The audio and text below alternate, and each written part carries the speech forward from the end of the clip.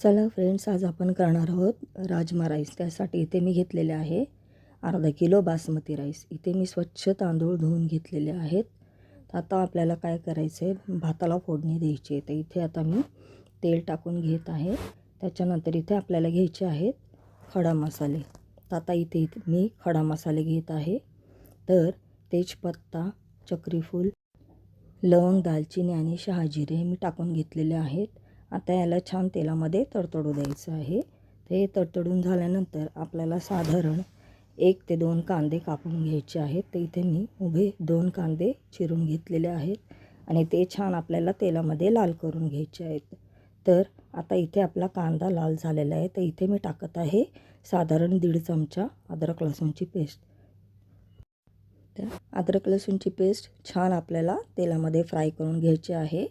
त्याचा कच्चेपणा जोपर्यंत निघून जात नाही तोपर्यंत आपल्याला छान असं फ्राय करून घ्यायचे। त्याच्यानंतर आपण जे तांदूळ धुवून घेतले होते ते तांदूळ आपल्याला फोडणीला टाकून द्यायचे आणि मस्त 2 मिनटं आपल्याला छान असं परतून घ्यायचं आहे। आणि परतून घेतल्यानंतर आपल्याला काय करायचं आहे, जर आपण 1.5 ग्लास तांदूळ घेतले तर आपल्याला साधारण 3 ग्लास पाणी टाकायचं आहे। तर इथे मी 1.5 ग्लास तांदूळ घेतला होता। तर आता इथे मी साधारण मोजून ठेवले होतं पाणी। तर मी इथे 3 ग्लास पाणी टाकून घेत आहे। आता आपण हा भात शिजायला ठेवून देत आहोत। इथे चवीनुसार मीठ टाकून घ्यायचं आहे। मीठ टाकून छान आपल्याला ते राईस हलवून घ्यायचं आहे, जेणेकरून की सर्व मीठ भातामध्ये व्यवस्थित मिक्स होईल अशा रीतीने आपल्याला छान असं हलवून घ्यायचं आहे। आणि इथे आता आपल्याला करायचं आहे राजम्याचा मसाला। तर त्यासाठी आता मी इथे काय करत आहे, 2 छोटे छोटे कांदे मी इथे कापून घेतलेले आहेत। ते मोठे आकाराचे कापले तरी चालतील। तर आपल्याला कांदा जास्त अगदी फ्राय करायचा नाही आहे। आणि थोडं मी ओलं खोबरं घेतलेलं आहे। तर आपल्याला खूप त्याला फ्राय करायचं नाही आहे। तर साधारण थोडंसं आपल्याला ते फ्राय करून घ्यायचं आहे। अशा रीतीने तुम्ही पाहू शकता। त्यानंतर इथे 2 छोटे छोटे टमाटे मी घेतलेले आहेत।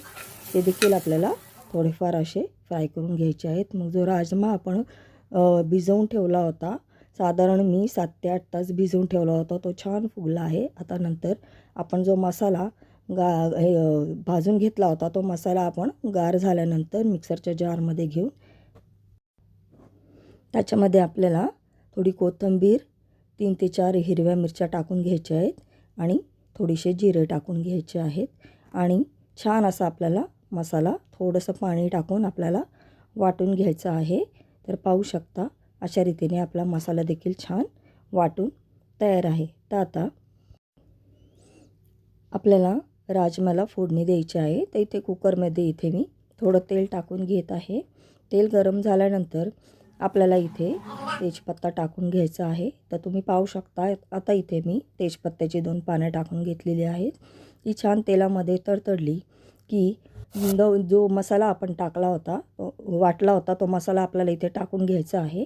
आणि त्याच मिक्सरच्या जारमध्ये थोडंसं पाणी मी इथे टाकलेलं आहे आणि मसाला मस्त आपल्याला असा फ्राय करून घ्यायचा आहे। तर तुम्ही पाहू शकता मसाला आपला छान असा फ्राय होत असतानाच आपल्याला इथे टाकायचे आहे धने पावडर। तर इथे मी साधारण 1 चमचा धने पावडर, 1 चमचा मिरची पावडर घेतलेली आहे। त्याच्यानंतर 1 चमचा मी इथे कांदा लसूण मसाला घेतलेला आहे आणि थोडीशी हळद टाकलेली आहे। त्याच्यानंतर आपल्याला मस्त असा मसाला फ्राय करून घ्यायचा आहे। तर आता मी इथे मसाला छान असा फ्राय करून घेत आहे, तुम्ही पाहू शकता। त्यानंतर इथे मी 1 छोटा चमचा गोडा मसाला ॲड करत आहे। गोडा मसाल्याने आपली जी ग्रेव्ही आहे त्याला खूप सुंदर चव येते। त्याच्यामुळे मी इथे थोडासा गोडा मसाला टाकून घेतला आहे, जेणेकरून की आपला जो ग्रेव्ही आहे त्याला सुंदर अशी चव यावी। तर पाहू शकता इथे आपला मसाला छान असा भाजून झालेला आहे। आणि जो राजमा मी भिजवून ठेवला होता तो राजमा आता मी इथे संपूर्णपणे टाकून दिलेला आहे।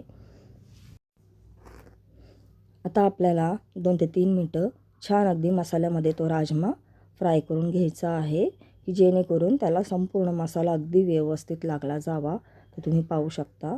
आणि त्यानंतर इथे मी चवीनुसार मीठ टाकून घेत आहे। मीठ टाकल्यानंतर पुन्हा एकदा आपल्याला व्यवस्थित असा राजमा हलवून घ्यायचा। पाहू शकता किती सुंदर आपला राजमा दिसत आहे। अशा रीतीने ही राजम्याची भाजी अगदी खायला सुंदर आणि चवीला अगदी चविष्ट अशी लागते. तर तुम्ही पण नक्की करून बघा. तर पाहू शकता अशा रीतीने आपल्याला राजमा मसाल्यामध्ये मस्त असा फ्राय करून घ्यायचा आहे. आणि त्याच्यानंतर आपल्याला इथे तुम्हाला हवं तितकं पाणी तुम्ही टाकू शकता. तर इथे मला जितकं पाणी लागत होतं तितकं पाणी मी टाकून घेतलेलं आहे आणि छान असा राजमा हलवून घेतलेला आहे.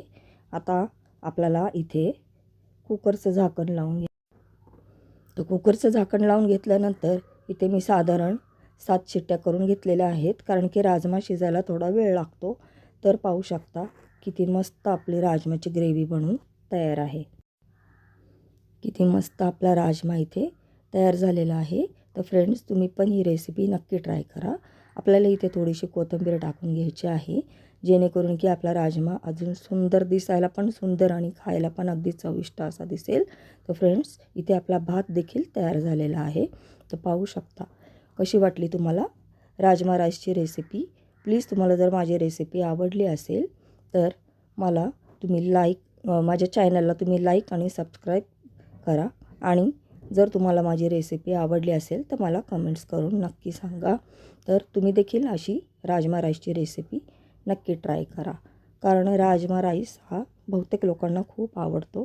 खायला देखील अगदी सुंदर आणि चविष्ट असा लागतो आणि थंडीच्या दिवसामध्ये देखील खायला अगदी पौष्टिक असा आहे, कारण ह्याच्यामध्ये भरपूर प्रोटीन देखील असतं. तर कशी वाटली फ्रेंड्स तुम्हाला माझी रेसिपी? पाहू शकता किती मस्त आपला राजमा राईस इथे बनून रेडी आहे. तर तुम्ही देखील अशा रीतीने नक्की ट्राय करा. आणि माझ्या चॅनलवर जर तुम्ही पहिल्यांदा आला असाल तर प्लीज माझ्या चॅनलला सबस्क्राईब करायला विसरू नका. जर तुम्ही माझ्या चॅनलला सबस्क्राईब केलं तर तुम्हाला माझ्या पुढच्या रेसिपीजच्या सर्व नोटिफिकेशन येतील, की जेणेकरून तुम्हाला सर्व माझ्या रेसिपीज पाहायला मिळतील. तर पाहू शकता फ्रेंड्स किती मस्त आपला राजमा राईस बनून तयार आहे. तर पुन्हा भेटूया आपण पुढच्या रेसिपीमध्ये. बाय.